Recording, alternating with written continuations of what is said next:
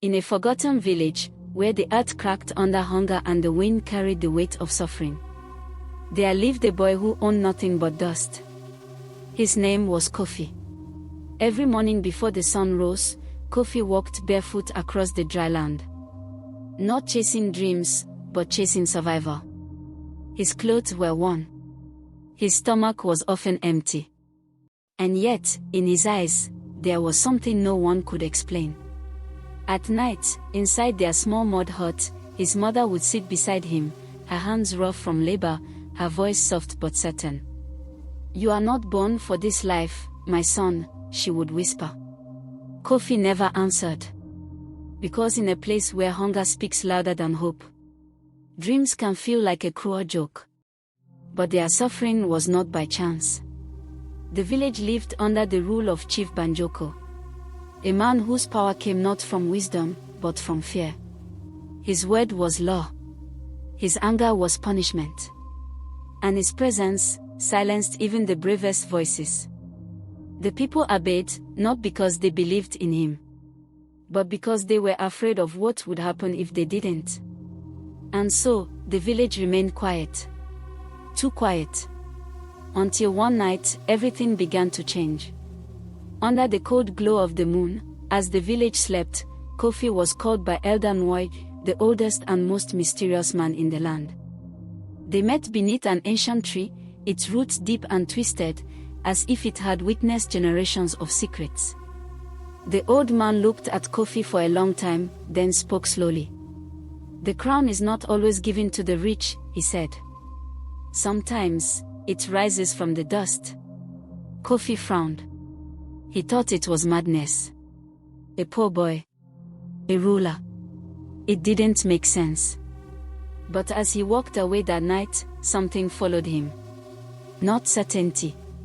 Not courage. But a quiet, burning question that refused to die. Days passed.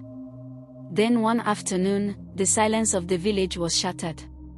Chief Banjoko's men stormed through the homes, taking what little people had, destroying what they couldn't carry. Kofi ran.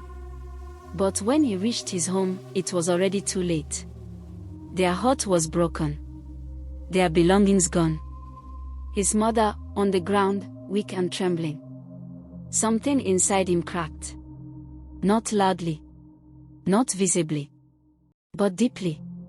And in that breaking, something else began to rise. For the first time in his life, Kofi spoke. At first, it was just a few people. Then a few more. He spoke not with power, but with truth. And truth has a strange way of spreading. The villagers began to listen. Then to gather. Then, to believe. Kofi was no longer just the poor boy in the dust. He was becoming something more. Something dangerous. Word reached the palace. Chief Banjoko laughed at first. "How can a boy challenge a throne?" he scoffed. But laughter slowly turned into concern. And concern into fear. Because power built on fear has one weakness. It cannot survive truth. Then the day came. The entire village gathered in the palace courtyard. The air was heavy. The silence, unbearable. On one side stood Chief Banjoko, draped in wealth, guarded by men, sitting on a throne built to intimidate. On the other side stood Kofi. No crown. No army. No riches. Just a voice. And the courage to use it. He stepped forward. The crowd held its breath. And then, he spoke. Not with anger. Not with hatred. But with a truth so strong, it shook the very ground beneath them. For a moment, nothing happened. Then slowly, the people began to rise. One by one. Fear began to loosen its grip. Voices, once silent, found their strength again. And just like that, the power that once ruled them began to crumble. Not with war. Not with blood. But with unity. Chief Banjoko's reign did not end with a battle. It ended with a realization that the people he once controlled were no longer afraid. And so, the boy who once walked barefoot through suffering now stood before the same people, chosen, not by force, but by trust. The elders came forward. And in a moment that felt larger than time itself, they placed the crown upon his head. Not a crown of gold, but a crown built from struggle, from pain, from truth. Kofi looked out at the village.